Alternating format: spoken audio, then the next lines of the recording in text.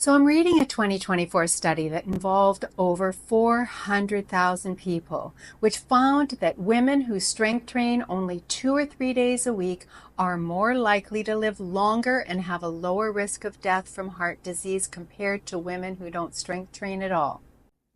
Regular strength training was linked to a 30% lower risk of cardiovascular mortality in women versus to just 11% for men. Just one session per week of strength training yielded that same longevity benefit for women as 3 sessions per week for men. This means women respond physiologically to strength training even more so than men do. And given so many clear benefits I've covered in other videos, including this cardiovascular benefit, I have to wonder why only 1 in 5 women in the US are lifting any weights at all. I think we just need to keep talking about the benefits until more women hear the message. So in this video, I'm going to do just that. One of the most important benefits of strength training is weight management, especially as we age. The more muscle we have, the more energy our body uses all day long, making it easier to maintain our weight without having to cut calories or do hours of cardio, which isn't the best thing to be doing anyway. Plus, muscle helps our body use insulin more efficiently, which keeps our blood sugar more stable and reduces fat storage. So when it comes to weight gain in midlife and beyond, losing muscle is a bigger deal than people realize. And building muscle is one of the smartest things we can do. We begin to lose muscle in our 30s. So by the time we reach 50, we've lost enough muscle to notice that our metabolism has slowed down and we've begun to gain weight, especially around the midsection. Another benefit of strength training is to keep our joints strong and pain-free. I often say to my clients, our joints are only as strong as the weakest muscles surrounding them. Maintaining our muscles is one of the best things we can do for joint pain, even if it sounds counterintuitive at first. A lot of joint pain, especially in knees and hips and low back, comes from weak muscles that aren't supporting our joints properly. When we strengthen those muscles around our joints, like our quads and glutes and core, helps take the pressure off those joints, which can reduce pain and improve how we move. Plus, strength training increases circulation and nutrients to the joints, helping them stay healthier and more mobile over time. And done right, it doesn't wear out our joints. In fact, it protects them. Repetitive motion without building muscle strength will act as wear and tear on our joints over time. So maintaining our strength will also help us maintain our independence, which is huge for me, living in this foreign country all alone. So losing muscle doesn't just make life harder, it actually limits our freedom. The less strength we have, the more likely we are to stop doing the things that we love, such as travel and social events, continuing with our hobbies, and the more dependent we become on others for daily tasks.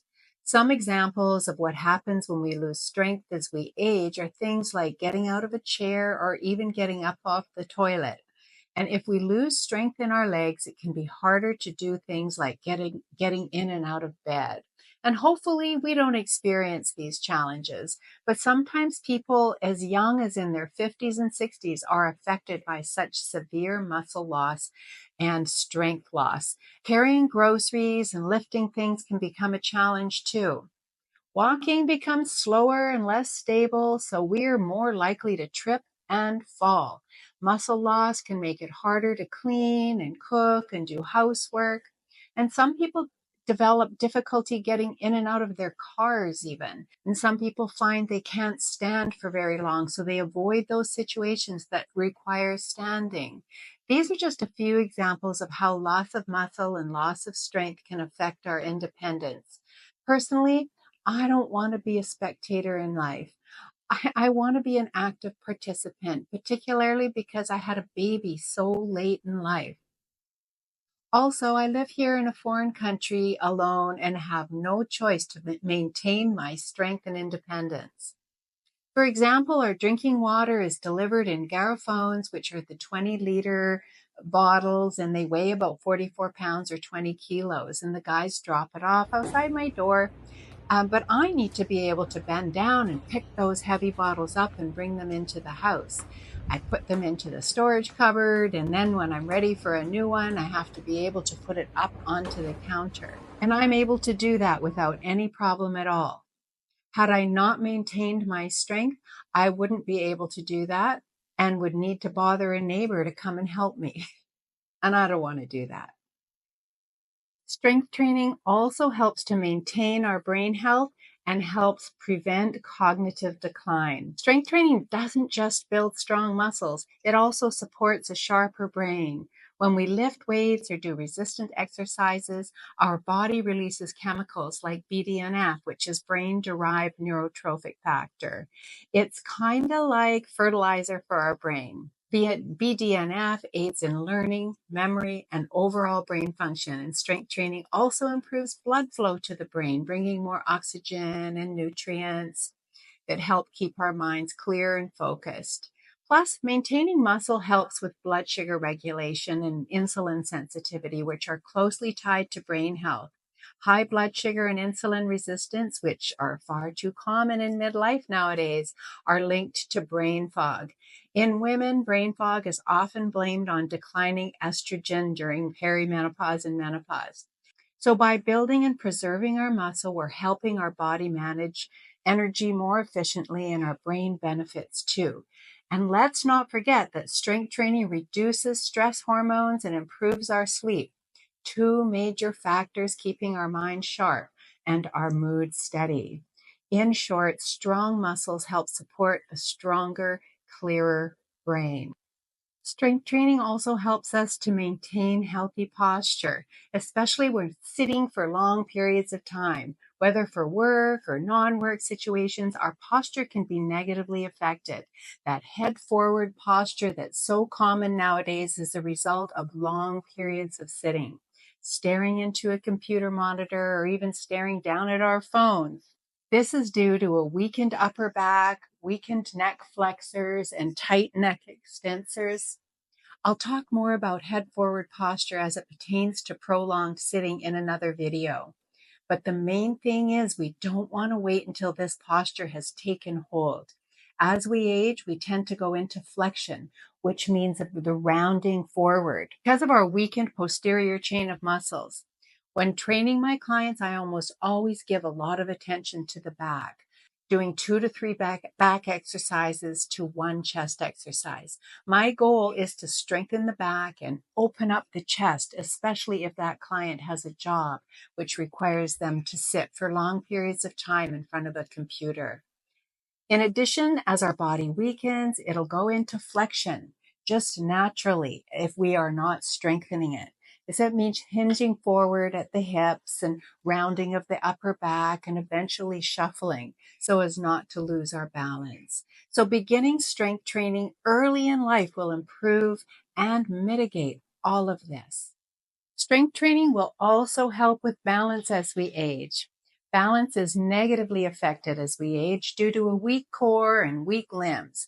We must be able to catch ourselves if we misstep. Loss of estrogen may also negatively affect our balance in addition to muscle loss. Maintaining our strength in our legs and core will definitely help our balance. It's important to know that walking alone won't be enough, though. We have to intentionally strengthen our muscles. Otherwise, over time, we'll begin to slide backwards without progressive overload, such as in lifting weights. Walking, along with strength training, is very helpful in mitigating loss of balance. Practicing standing on one leg or on an unstable surface, such as a Bosu ball or balance board, will also help maintain balance, especially if we close our eyes and shift our weight while on one foot on a unstable surface. Strength training, of course, will help with bone health. It's helped by the mechanical stress that's created from resistance training. It forces bones to adapt and build new bone tissue, making them more resistant to fractures. And how amazing is it that strength training also helps to improve our mood by elevating those feel-good hormones such as endorphins, dopamine, serotonin, along with that BDNF. These hormonal shifts lead to more energy, better focus, and an elevated mood, often occurring immediately. Strength training, as we know, lowers cortisol, the stress hormone, helping our mood. Under this heading of mood, I would also add that strength training helps us feel in control of our bodies because we can see and feel the results of our hard work. The results are tangible. Strength training also increases insulin sensitivity, which helps stabilize blood sugar, which is critical for a stable mood. Strength training also helps with better sleep. I'm combining sleep with improved mood for the sake of this video because they are intricately entwined. Obviously, there's a lot of crossover between mood and sleep. And personally, I'm someone who can't seem to fake it through the day if I haven't gotten an adequate sleep.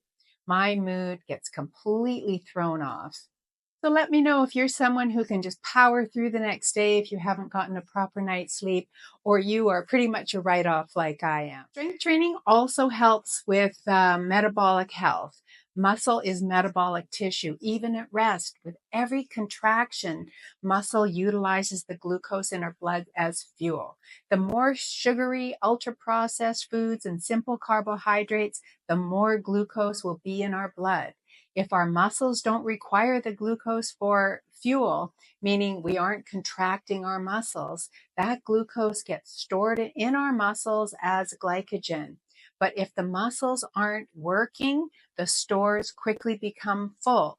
And when glycogen storage tanks are full, the liver converts excess glucose into fatty acids, which are stored as fat. And this fat can be stored viscerally, which means around the organs, or subcutaneously, which is the fat that we can pinch under our skin. A sedentary lifestyle leads to insulin resistance, which is one of the main markers of metabolic syndrome. Again, I'll talk more about this in a video specifically about prolonged sitting. In a nutshell, when we don't move, our bodies have nowhere to park all the blood sugar. So it's stored as fat and messes terribly with our metabolism. By the way, the standard markers for metabolic health are waist circumference or waist to hip ratio, fasting blood glucose and blood pressure and triglycerides, HDL cholesterol, and we'll talk more about metabolic health in another video. Strength training also helps to mitigate most menopausal symptoms, if not all. And if we were to scroll through social media or listen to the many menopause coaches and doctors all over social media, you'd think that declining estrogen is to blame for every symptom midlife women experience, from brain fog to belly fat to mood swings. But what's rarely mentioned is the state of our metabolic health going into these years. Studies show that fewer than 10% of North Americans in midlife are metabolically healthy, meaning their blood sugar, blood pressure, waist circumference, cholesterol, and inflammation are all within the normal ranges without medication. So we're not facing menopause crisis, we're facing a metabolic health crisis. Menopause isn't a disease, but poor metabolic health is, and it begins brewing years before estrogen even begins to decline. I have found a few studies that show women entering menopause with poor metabolic health can dramatically improve both their symptom severity and long-term health outcomes with the right lifestyle strategies. And the study that concluded that postmenopausal women with metabolic syndrome experience more severe menopausal symptoms, including psychological and urogenital symptoms. On another note, I have been in the gym for many decades, and throughout those years have known many women my age or similar age who are very serious about strengthening their bodies. And I don't recall any of those women ever hitting midlife and gaining fat in their midsection. Personally, I feel better than I ever have, and I chalk that up to maintaining my metabolic health before heading into the menopausal years. Don't take my word for anything I've said in this video. What's great about this age of technology is that we have at our fingertips all of the studies. After all, this is where the online experts get their information from too. Thank you so much for watching. I'll see you in the next one. Adios. Bye for now.